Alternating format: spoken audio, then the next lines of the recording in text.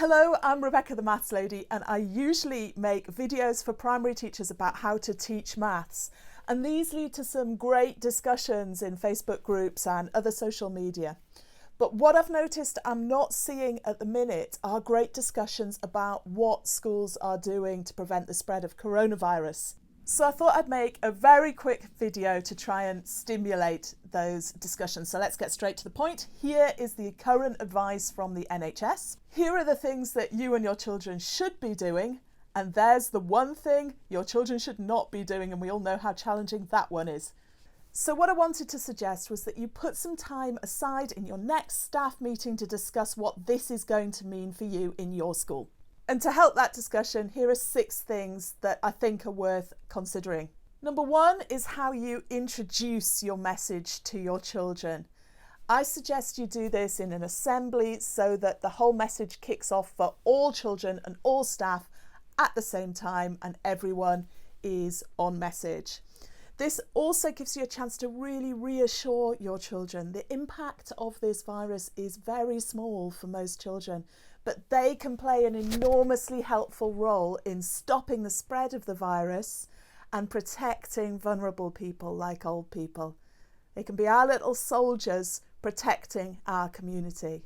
And so we can clearly tell them that the infection spreads through coughs and sneezes, so we have to block them with tissues or with our sleeve.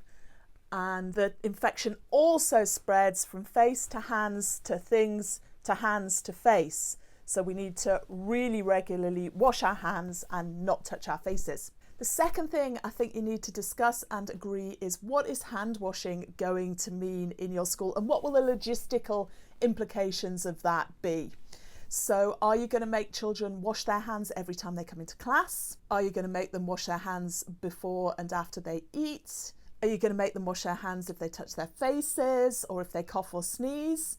And if so, are you allowing enough time for this? Have you got enough sinks? Have you got enough soap? You need to come up with a plan that is sustainable. We may need to keep this up for a year or until we have a proper vaccine that's working to protect the population. Point 3 for discussion is, what does not touching your face mean?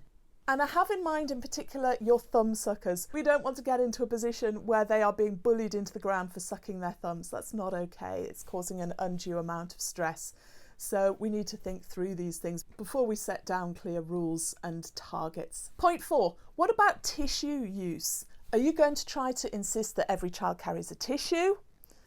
Or are you just going to put tissues on every table and get them to use their sleeves in an emergency? Have you got enough tissues? Are those tissues going straight in the bin when they're used? Point 5, what are you going to do to incentivise compliance? Are you going to have clear rules and targets and charts and rewards for classes that do really well at this? And finally, point 6, how are you going to translate that NHS advice into really simple, memorable advice for your children? I'm thinking about something like, we can look after people by washing our hands, covering our mouths if we cough or sneeze, and not touching our faces. Here's a summary of the 6 things I recommend you discuss in your next staff meeting. Please do share your comments about what you're doing and any suggestions you have in the comments to these videos. Thank you for protecting our vulnerable population. Bye for now.